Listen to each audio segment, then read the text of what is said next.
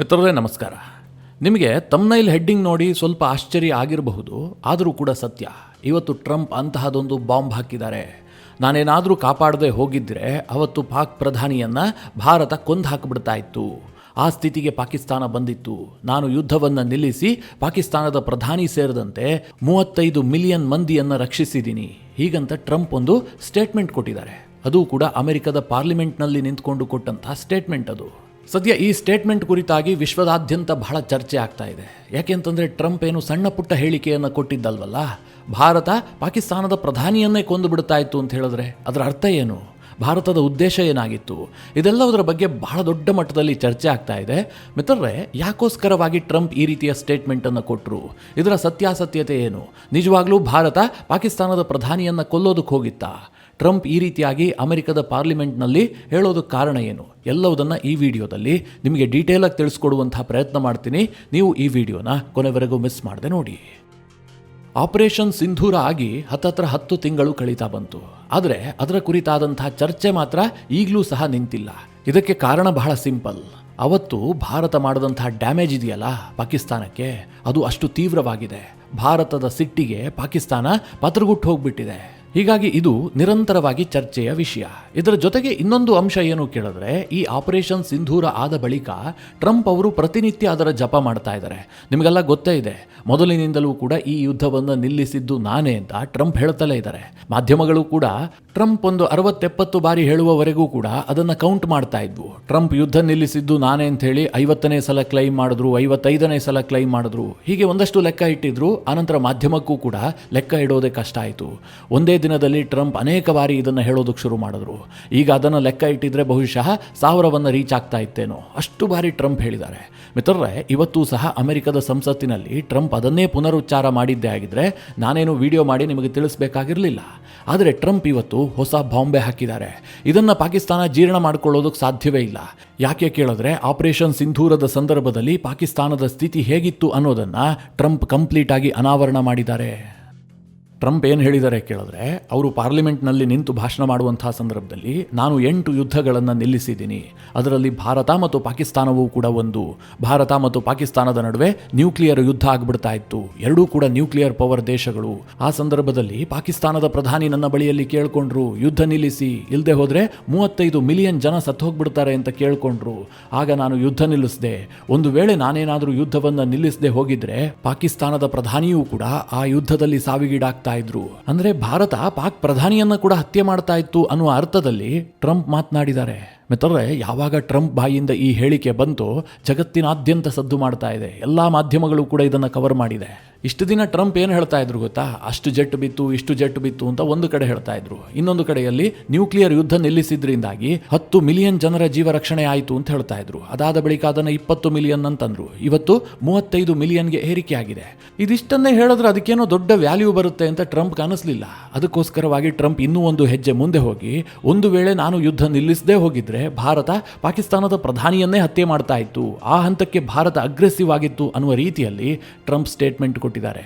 ಇವತ್ತು ಟ್ರಂಪ್ ಬಾಯಲ್ಲಿ ಇಂತಹ ಪದಗಳು ಬಂದಿದೆ ಅಂತಂದ್ರೆ ಅದಕ್ಕೆ ಮೂಲ ಕಾರಣ ಪಾಕಿಸ್ತಾನದ ಪ್ರಧಾನಿ ಮತ್ತು ಪಾಕಿಸ್ತಾನದ ಸೇನಾ ಮುಖ್ಯಸ್ಥನೇ. ಇವತ್ತು ಟ್ರಂಪ್ ಕೊಟ್ಟಂತಹ ಸ್ಟೇಟ್ಮೆಂಟ್ ಇದೆಯಲ್ಲ, ಇದು ಪಾಕಿಸ್ತಾನಕ್ಕೆ ಬಹಳ ಹೇಸಿಗೆಯ ವಿಚಾರ.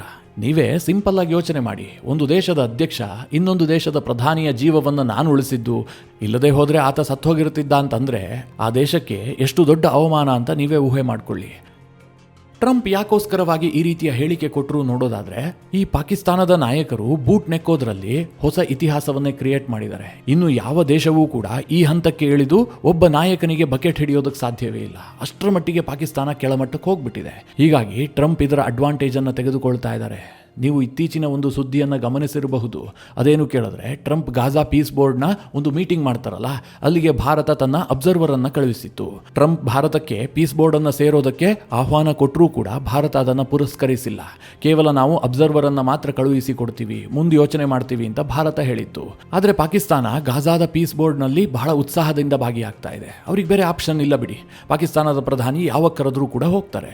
ಪಾಕಿಸ್ತಾನದ ಪ್ರಧಾನಿಯನ್ನ ಆ ಪೀಸ್ ಬೋರ್ಡ್ ವೇದಿಕೆಯಲ್ಲಿ ಕೂರಿಸಿದ್ರು. ಟ್ರಂಪ್ ಭಾಷಣ ಮಾಡ್ತಾ ಇದ್ರು. ಆಗ ಟ್ರಂಪ್ ಏನ್ ಹೇಳ್ತಾರೆ ಗೊತ್ತಾ, ಪಾಕಿಸ್ತಾನದ ಪ್ರಧಾನಿಯ ಹೆಸರನ್ನು ಹೇಳಿಬಿಟ್ಟು ಸ್ವಲ್ಪ ಎದ್ದು ನಿಲ್ಲಿ ಅಂತ ಆರ್ಡರ್ ಮಾಡ್ತಾರೆ. ಪಾಕಿಸ್ತಾನದ ಪ್ರಧಾನಿ ತನ್ನ 32 ಹಲ್ಲುಗಳನ್ನು ಬಿಟ್ಟುಕೊಂಡು ಟ್ರಂಪ್ ಕಡೆಗೆ ನೋಡ್ತಾ ಎದ್ದು ನಿಂತ್ಕೊಳ್ತಾರೆ.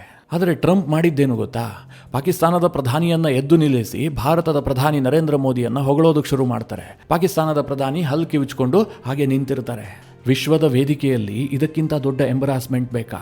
ಇದೊಂದೇ ಅಲ್ಲ ಮಿತ್ರರೇ, ಈ ರೀತಿಯಾಗಿ ಅನೇಕ ಉದಾಹರಣೆಗಳು ಸಿಗ್ತವೆ. ಈ ಹಿಂದಿನ ಗಾಜಾ ಪೀಸ್ ಬೋರ್ಡ್ ಆದಂತಹ ಸಂದರ್ಭದಲ್ಲಿ ಇದೇ ಪಾಕಿಸ್ತಾನದ ಪ್ರಧಾನಿ ಟ್ರಂಪ್ಗೆ ನಾನು ಸೆಲ್ಯೂಟ್ ಮಾಡ್ತೀನಿ, ನಿನ್ನಂತಹ ದೊಡ್ಡ ಶಾಂತಿ ದೂತನೇ ಇಲ್ಲ, ನಿನಗೆ ನೊಬೆಲ್ ಶಾಂತಿ ಪುರಸ್ಕಾರ ಸಿಗಲೇಬೇಕು, ನಾವು ಪುನಃ ನಾಮಿನೇಟ್ ಮಾಡ್ತೀವಿ. ಒಂದು ವೇಳೆ ಟ್ರಂಪ್ ಇಲ್ಲದೆ ಹೋಗಿದ್ರೆ ಭಾರತ ಪಾಕಿಸ್ತಾನ ಯುದ್ಧದಲ್ಲಿ ಇಷ್ಟೊಂದು ಜನ ಸತ್ತು ಹೋಗ್ಬಿಡ್ತಾ ಇದ್ರು. ಟ್ರಂಪ್ ಅವರನ್ನ ಇತಿಹಾಸ ಯಾವತ್ತೂ ಕೂಡ ಮರೆಯೋದಿಲ್ಲ, ಬಹಳ ದೊಡ್ಡ ಶಾಂತಿ ದೂತ. ಹೀಗೆಲ್ಲ ಪಾಕ್ ಪ್ರಧಾನಿ ಯಾವುದೇ ಅಲ್ಪ ವಿರಾಮ ಪೂರ್ಣ ವಿರಾಮ ಇಲ್ಲದೆ ಇಷ್ಟುದ್ದ ಭಾಷಣ ಮಾಡ್ತಾರೆ. ಪಾಕ್ ಪ್ರಧಾನಿ ಶಹಬಾಜ್ ಶರೀಫ್ ಟ್ರಂಪ್ಗೆ ಹಿಡಿತಾ ಇರುವಂತಹ ಬಕೆಟನ್ನು ನೋಡಿ ಅಲ್ಲೇ ಇದ್ದಂತಹ ಬೇರೆ ನಾಯಕರು ನಗೋದಕ್ಕೂ ಆಗದೆ ಅಳೋದಕ್ಕೂ ಆಗದೆ ಒದ್ದಾಡ್ತಾ ಇರುವಂತಹ ಸನ್ನಿವೇಶ ನಿರ್ಮಾಣ ಆಗಿತ್ತು. ನಾನು ಯಾಕೆ ಇದನ್ನೆಲ್ಲ ಈಗ ಹೇಳ್ತಾ ಇದ್ದೀನಿ ಕೇಳಿದ್ರೆ, ಟ್ರಂಪ್ ವಿಚಾರದಲ್ಲಿ ಪಾಕಿಸ್ತಾನ ಅಷ್ಟೊಂದು ಕೆಳಮಟ್ಟಕ್ಕೆ ಇಳಿದು ಬಿಟ್ಟಿದೆ. ತನ್ನ ಎಲ್ಲ ಡಿಗ್ನಿಟಿಯನ್ನು ಮರೆತು ಬಿಟ್ಟು ಟ್ರಂಪ್ಗೆ ಟೋಟಲಿ ಸರೆಂಡರ್ ಆಗಿದೆ. ಹೀಗಾಗಿ ಟ್ರಂಪ್ ನಾನು ಏನು ಹೇಳಿದ್ರೂ ಕೂಡ ಅದಕ್ಕೆ ಪಾಕಿಸ್ತಾನ ರಿಯಾಕ್ಟೇ ಮಾಡೋದಿಲ್ಲ. ಪಾಕಿಸ್ತಾನವನ್ನು ಉಳಿಸಿದ್ದೇ ನಾನು ಅಂತ ಹೇಳಿದ್ರೂ ಕೂಡ ಅವರೇನೂ ಹೇಳೋದಿಲ್ಲ. ಅವರನ್ನು ಹೊಗಳಲಿ ತೆಗಳಲಿ ಅದರಿಂದ ಪಾಕಿಸ್ತಾನದಿಂದ ಏನೂ ರಿಯಾಕ್ಷನ್ ಬರೋದಿಲ್ಲ. ಅವರು ನಮಗೆ ಟೋಟಲ್ ಸರೆಂಡರ್ ಆಗಿದ್ದಾರೆ ಎನ್ನುವಂತಹ ಭಾವನೆ ಟ್ರಂಪ್ಗೆ ಬಂದಿದೆ. ಅದೇ ಭಾರತದ ವಿಚಾರದಲ್ಲಿ ಟ್ರಂಪ್ ಹಾಗೆಲ್ಲ ಹೇಳೋದಕ್ಕೆ ಹೋಗೋದಿಲ್ಲ. ಯಾಕೆ ಅಂತಂದರೆ ಭಾರತ ಅದಕ್ಕೆ ತಕ್ಷಣ ರಿಯಾಕ್ಟ್ ಮಾಡುತ್ತೆ. ನಮ್ಮ ವಿದೇಶಾಂಗ ಇಲಾಖೆಯ ವಕ್ತಾರರು ಬಂದು ಕೂತ್ಕೊಂಡು ಟ್ರಂಪ್ ಅವರ ಸ್ಟೇಟ್ಮೆಂಟ್ಗೆ ಸ್ಪಷ್ಟನೆಯನ್ನು ಕೊಡ್ತಾರೆ. ಟ್ರಂಪ್ ಶುದ್ಧ ಸುಳ್ಳು ಹೇಳ್ತಾ ಇದ್ದಾರೆ, ಇದು ಬೇಸ್ಲೆಸ್ ಅಂತ ಹೇಳಿಬಿಡ್ತಾರೆ. ಪಾಕಿಸ್ತಾನಕ್ಕೆ ಇದನ್ನು ಹೇಳುವಂತಹ ಧೈರ್ಯವೂ ಇಲ್ಲ, ದಮ್ಮೂ ಇಲ್ಲ, ತಾಕತ್ತೂ ಇಲ್ಲ, ಆ ಪರಿಸ್ಥಿತಿಯಲ್ಲೂ ಅವರಿಲ್ಲ. ಹೀಗಾಗಿ ಟ್ರಂಪ್ ಬಾಯಲ್ಲಿ ಅಂತಹ ಸ್ಟೇಟ್ಮೆಂಟ್ ಬಂದಿದೆ. ಹಾಗಾದರೆ ಭಾರತ ಈ ಆಪರೇಷನ್ ಸಿಂಧೂರದ ಸಂದರ್ಭದಲ್ಲಿ ಪಾಕಿಸ್ತಾನದ ಪ್ರಧಾನಿಯನ್ನ ಕೊಲ್ಲೋದಕ್ಕೆ ಯೋಚನೆ ಮಾಡಿತ್ತಾ? ಆ ರೀತಿಯ ಪ್ಲಾನ್ ಏನಾದರೂ ರೆಡಿಯಾಗಿತ್ತಾ ಕೇಳಿದ್ರೆ ಖಂಡಿತವಾಗ್ಲೂ ಇಲ್ಲ. ಭಾರತ ಅಂತಹ ಕೆಲಸಕ್ಕೆ ಕೈ ಹಾಕೋದೇ ಇಲ್ಲ. ಒಂದು ವೇಳೆ ಆಸಿಮ್ ಮುನೀರ್ಗೆ ಗುರಿ ಇಟ್ಟಿತ್ತು ಅಂತಂದ್ರೆ ಒಪ್ಕೊಳ್ಬಹುದು. ಅದನ್ನು ಬಿಟ್ಟು ಪಾಕಿಸ್ತಾನದ ಸರ್ಕಾರದ ಮುಖ್ಯಸ್ಥನನ್ನ ಆರಂಭದಲ್ಲೇ ಮುಗಿಸೋದಕ್ಕೆ ಭಾರತ ಯತ್ನ ಮಾಡಿತ್ತು ಅಂತಂದ್ರೆ ಯಾರೂ ಕೂಡ ಒಪ್ಪೋದಕ್ಕೆ ಸಾಧ್ಯ ಇಲ್ಲ. ಯುದ್ಧ ಏನಾದರೂ 1 ವರ್ಷಗಳ ಕಾಲ ಕಂಟಿನ್ಯೂ ಆಗಿ ಮುಂದುವರೆದು ಅನಂತರದಲ್ಲಿ ಭಾರತ ಆ ರೀತಿಯಾಗಿ ಸ್ಕೆಚ್ ಹಾಕಿತ್ತು ಅಂತಂದ್ರೆ ಇದ್ರೂ ಇರಬಹುದು. ಯುದ್ಧಕ್ಕೆ ಅಂತ್ಯ ಹಾಡೋದಕ್ಕೋಸ್ಕರವಾಗಿ ಭಾರತ ಆ ರೀತಿಯಾಗಿ ಪ್ಲಾನ್ ಮಾಡಿರಬಹುದು ಅಂತ ನಂಬಬಹುದಾಗಿತ್ತು.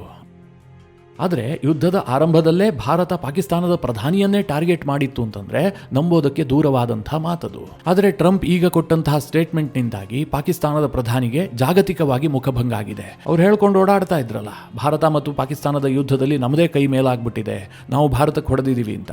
ಆದ್ರೆ ಈಗ ಟ್ರಂಪ್ ಅದಕ್ಕೆ ವ್ಯತಿರಿಕ್ತವಾಗಿ ಹೇಳಿಕೆ ಕೊಡ್ತಾ ಇದ್ದಾರೆ. ಪಾಕಿಸ್ತಾನ ಸೋತು ಹೋಗ್ಬಿಟ್ಟಿತ್ತು, ಅಲ್ಲಿನ ಪ್ರಧಾನಿಯನ್ನೇ ಭಾರತ ಹತ್ಯೆ ಮಾಡೋದಕ್ಕೆ ಹೊರಟಿತ್ತು, ನಾನು ರಕ್ಷಣೆ ಮಾಡಿದೆ ಅಂತ.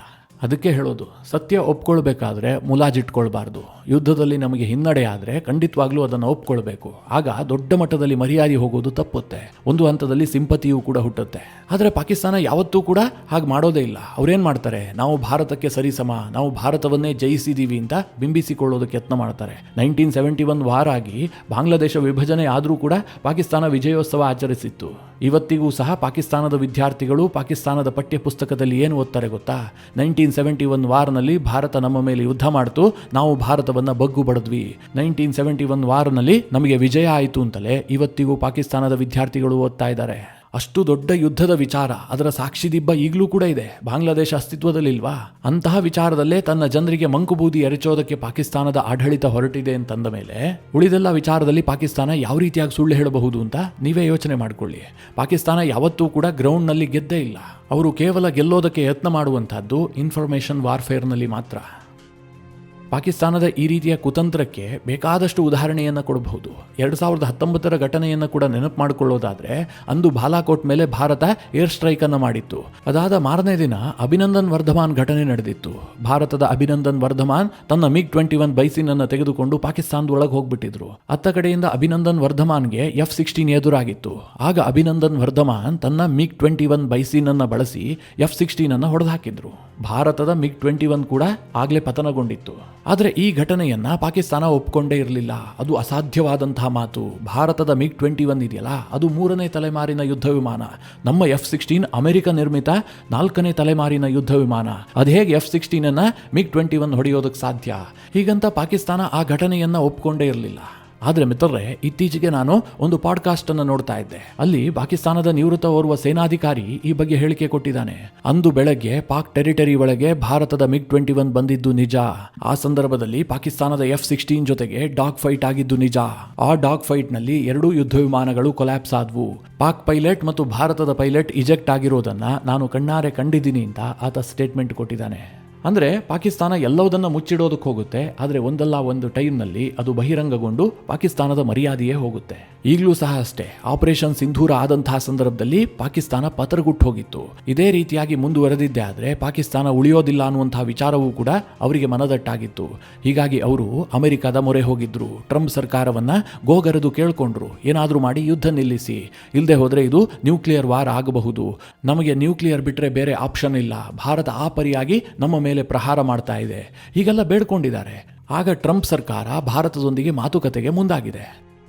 ನಿಮಗೆಲ್ಲ ಗೊತ್ತೇ ಇದೆ, ಭಾರತ ಕೂಡ ಒಪ್ಕೊಂಡಿದೆ. Secretary of state Marco Rubio ಅನೇಕ ಬಾರಿ ಭಾರತಕ್ಕೆ ಕರೆ ಮಾಡಿ ಮಾತನಾಡಿದ್ದಾರೆ. ಯುದ್ಧದ ಸಂದರ್ಭದಲ್ಲಿ ಭಾರತದ ಪ್ರಧಾನಿಯ ಜೊತೆಗೆ ಅಮೆರಿಕದ ಉಪಾಧ್ಯಕ್ಷ JD ವ್ಯಾನ್ಸ್ ಕೂಡ ಮಾತನಾಡಿದ್ದಾರೆ. ಅಂದ್ರೆ ಅಮೆರಿಕ ಸರ್ಕಾರ ಭಾರತವನ್ನ ಕನ್ವಿನ್ಸ್ ಮಾಡುವಂತ ಯತ್ನ ಮಾಡಿದೆ. ಪಾಕಿಸ್ತಾನ ಬೇಡಿಕೆ ಸಲ್ಲಿಸಿದ ಕಾರಣದಿಂದಾಗಿ ಅಮೆರಿಕ ಈ ಪ್ರಯತ್ನ ಮಾಡಿತ್ತು. ಹೀಗಾಗಿ ಟ್ರಂಪ್ ಇವತ್ತಿಗೂ ಕೂಡ ಅದನ್ನು ಕ್ಲೈಮ್ ಮಾಡ್ತಾ ಇರೋದು, ನಾನೇ ಯುದ್ಧ ನಿಲ್ಲಿಸಿದ್ದು ಅಂತ. ಇವತ್ತು ಇನ್ನೂ ಒಂದು ಹೆಜ್ಜೆ ಮುಂದೆ ಹೋಗಿ ಅವತ್ತಿನ ಪಾಕಿಸ್ತಾನದ ಪ್ರಧಾನಿಯ ತಳಮಳವನ್ನು ಗಮನದಲ್ಲಿಟ್ಟುಕೊಂಡು ನಾನೇನಾದರೂ ರಕ್ಷಿಸದೇ ಇದ್ರೆ ಅವರು ಸತ್ತೇ ಹೋಗ್ತಾ ಇದ್ರು ಅನ್ನುವ ಹಂತದಲ್ಲಿ ಸ್ಟೇಟ್ಮೆಂಟ್ ಕೊಟ್ಟಿದ್ದಾರೆ. ಅದಕ್ಕೆ ಹೇಳೋದು ಮಿತ್ರರೇ, ಈ ಟ್ರಂಪ್ ಅವರ ಸ್ನೇಹ ಇದೆಯಲ್ಲ, ಇದು 2 ಅಲಗಿನ ಕತ್ತಿ ಇದ್ದಂತೆ. ಯಾವಾಗ ಯಾವ ಕಡೆ ಕಟ್ ಮಾಡುತ್ತೆ ಅಂತ ಹೇಳೋದಕ್ಕೆ ಸಾಧ್ಯ ಇಲ್ಲ. ಪಾಕಿಸ್ತಾನಕ್ಕೆ ಇವತ್ತು ಆ ಅನುಭವ ಆಗಿದೆ.